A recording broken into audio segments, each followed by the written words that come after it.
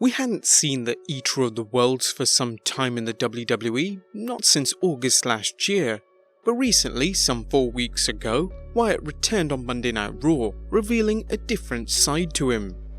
He had no dreadlocks, no Hawaiian shirt, no lantern. This was a different Bray Wyatt, and he was the host of a kids' television show, FireFly Fun House, a parody of other children's television programs like Mr. Rogers, Pee-wee's Playhouse, and Blue's Clues.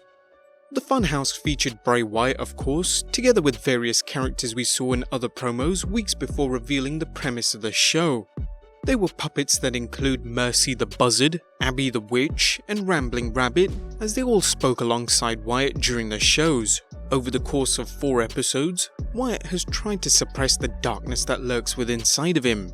He does things that are regularly shown on children's programs, like painting pictures and telling the audience the word of the day. They always turn out to be slightly disturbing, and each episode seems to show his schizophrenia more and more, like rewarding Mercy for eating Rambling Rabbit. The show even looked like a cult, as at one point, a group of children looked extremely unhappy to be on the show, almost as if they were forced to be on it, whilst they spoke of having a picnic. Throughout the show, Wyatt explained that he can control it for the time being, but in its 4th and possible final episode, Bray told of the secret that he's been keeping from us, and explained that he still had the darkness that had tormented him deep inside his mind, but this time, he was able to control it. Wyatt then transformed into something terrifying. His hair was now braided, wearing Beetlejuice-like trousers, and a leather jacket, but most terrifying of all was the sinister-looking mask he wore. In the background, some eagle-eared fans noticed that Bray was saying "let me in" as Wyatt ended the show with his signature phrase "yowie wowie." The promo was awesome, but there are some hidden meanings and secrets you might have missed. Number 1. The Burning Cabin. Going back to episode 2 where Bray Wyatt talks about his artistic side and is seen painting, the painting he reveals is creepily a burning cabin with someone trapped inside of it. The burning cabin is, however, a reference to an earlier storyline between Bray Wyatt and Randy Orton during their feud in 2017. As before their match at Wrestlemania 33, Orton was seen at the Wyatt family compound, specifically in the cabin that Sister Abigail was laid to rest. The apex predator poured gasoline all over the place and lit the cabin on fire, infuriating Wyatt, who could only helplessly watch the cabin being burnt to the ground. Even though he didn't mention it on the Firefly episode, Wyatt seemed to forgive Orton by tweeting, "A couple of years ago, Randy Orton did some pretty bad stuff to me. He destroyed my temple, uncrowned me as their champion of the world, caused my brother to abandon me, and betrayed my trust. Worst of all, he didn't say he was sorry, but I forgive you, Randy Bobanders." Don't be fooled though, as Wyatt has shown a few sociopathic characteristics, so it's possible he could be disingenuous with his apology, as he obviously hasn't forgotten the incident. Number 2. Mercy the Buzzard. Many of you will be familiar with Wyatt mentioning following the Buzzards for many years, hence why a buzzard has been used as a character on the show, but the name Mercy is a reference to the wrestler that Wyatt's initial character was based on. During the New Generation era, WWE introduced Waylon Mercy, a soft-spoken southern gentleman who had a vicious side in the ring. Mercy's character was based on the character that Robert De Niro played in the movie Cape Fear, and since Wyatt was based on Waylon Mercy, it explains naming his buzzard it. Number 3. The Mask. Those who follow horror films and special effects in them might be familiar with the name Tom Savini, who managed to get his big break in the film industry as director and special effects artist in the classic George A. Romero film and one of Wrestlalamia's all-time favourite zombie flicks, Dawn of the Dead. Not that terrible remake, but as well as others and classics like Friday the 13th and Creepshow.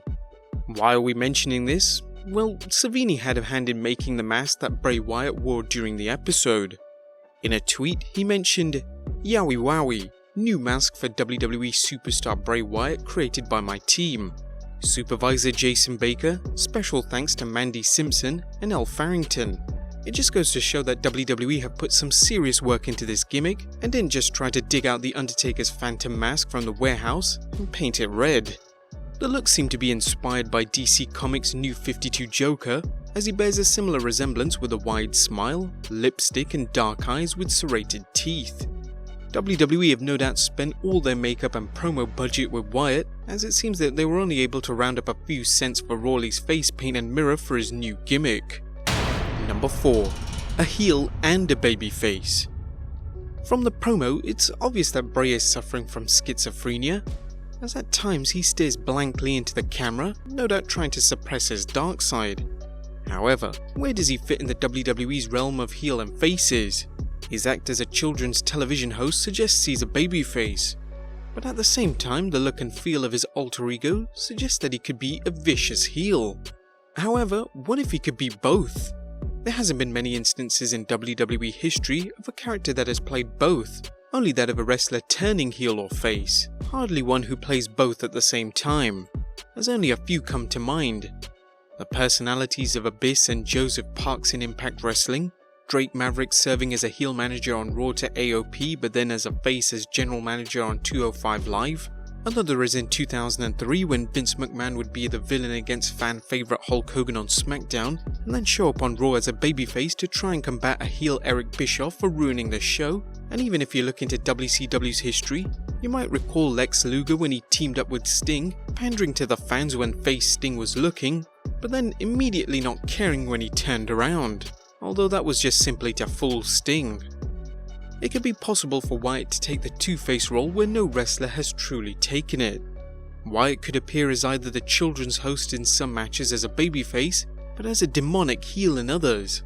The thing is, you just never know which character he'll play beforehand, which could lead to an interesting dynamic. One week he could face AJ Styles as a heel, the next week as a babyface, ultimately leading to more mind games with opponents to catch him off guard for the win. And number 5. A hidden message. We all love secrets or hidden meanings in films and video games, as at times it would take years for them to be solved or be mentioned. Well, the same thing can happen in wrestling, as Wyatt revealed on Twitter that he delivered 8 consecutive WWE promos in 2015, where each one had a sentence that didn't fit. When all the sentences have been combined, they create a secret message. He wrote on Twitter, "Fun game time.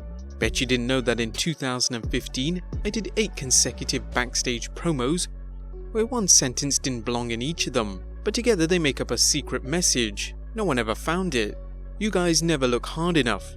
First one to get it wins a prize." Many tried to decipher the message, with one account saying, "I found it. So no one told you life was going to be this way? Your job's a joke. You're broke.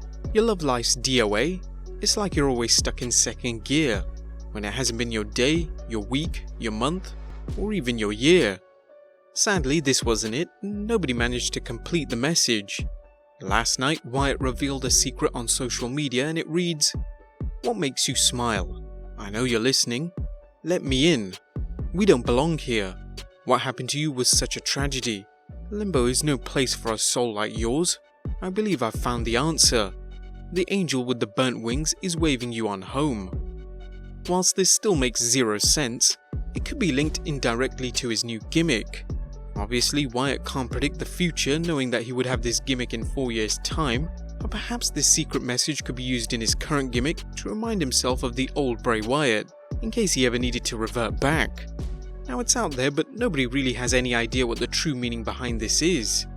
Although an interesting theory by Reddit user Woken Warrior Delete suggested it could be directed towards Daniel Bryan. He wrote, "Bray is targeting Daniel Bryan. My proof?